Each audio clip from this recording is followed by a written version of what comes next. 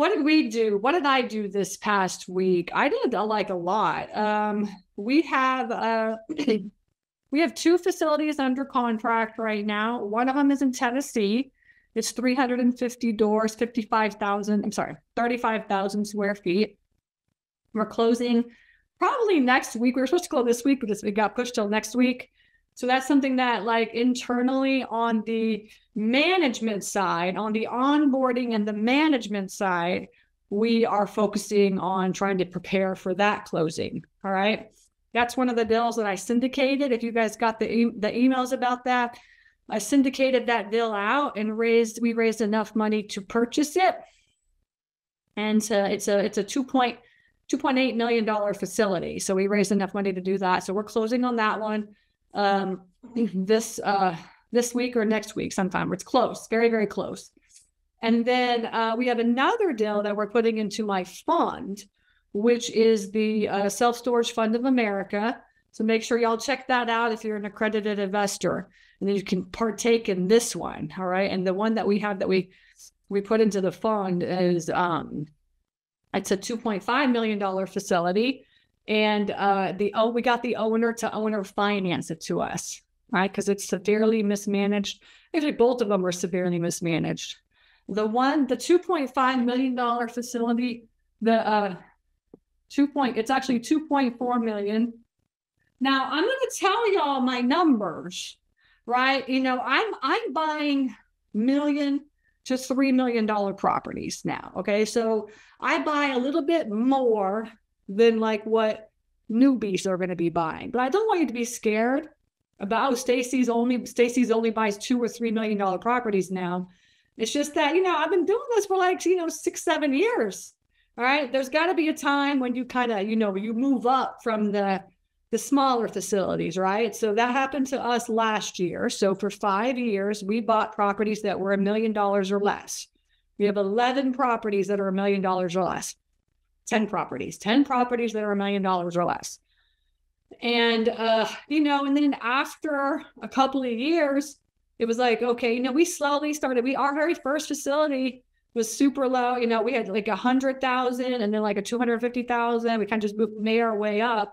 And now we're over $1 million properties is where we're at. So, but the thing is, the concept is for properties that are probably like $3 million or less, the same concepts hold true. Like once you get into super huge, big properties, obviously you're like raising money and you're syndicating, and even the management's different and stuff.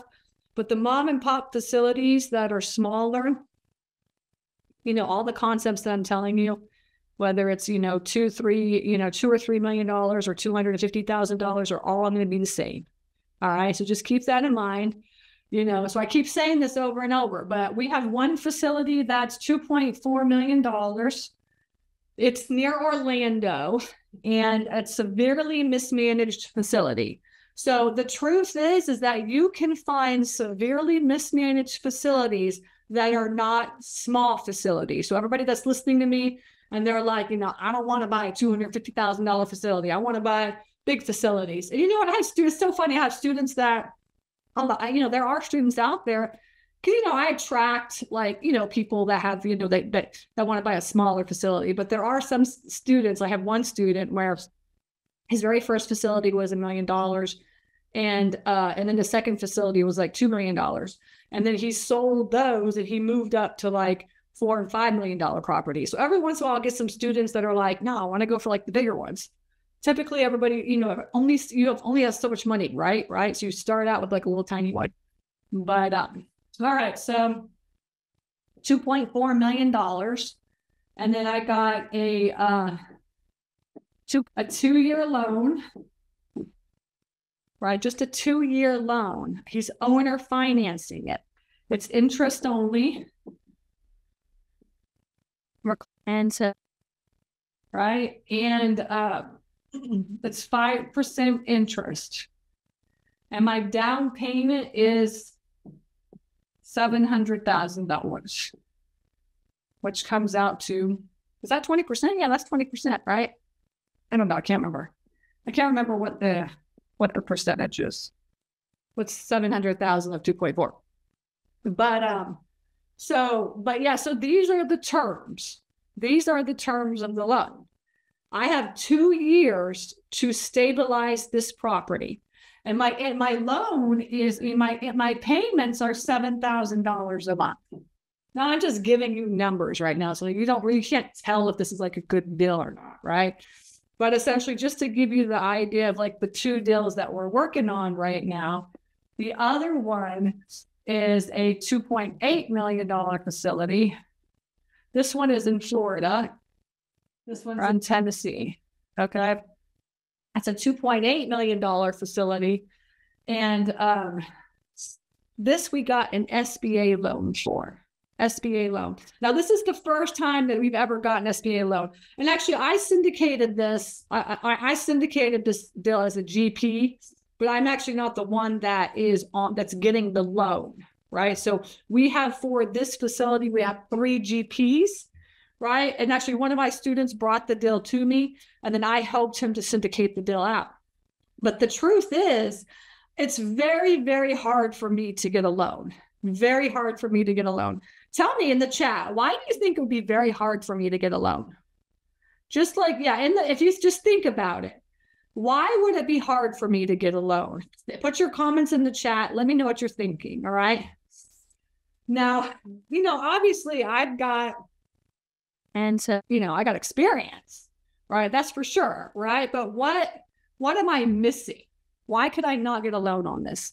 Well, why would SBA not want to give me a loan? Okay. So 2.8, put your thoughts in the chat and I'll kind of run the numbers. We got 10% down. It's an SBA loan.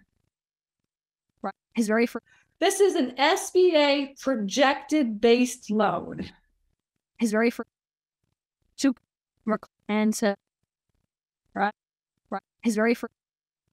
so you know, it's projected base, okay? Right. And projected based means that SBA is looking at what the property could make. Now, SBA will do a loan like this, but it's a lot of work to get a loan like this because you have to essentially prove to SBA that this property could make a lot more money than what it's making right now. Okay. So there's like a 10-year projection based business plan, essentially, that was created for this deal to show SBA that, yes, like over the course of the next 10 years, this is how much money the property is going to make, right? Or this over the course of the next 5 years or whatever, whatever we showed them. Okay.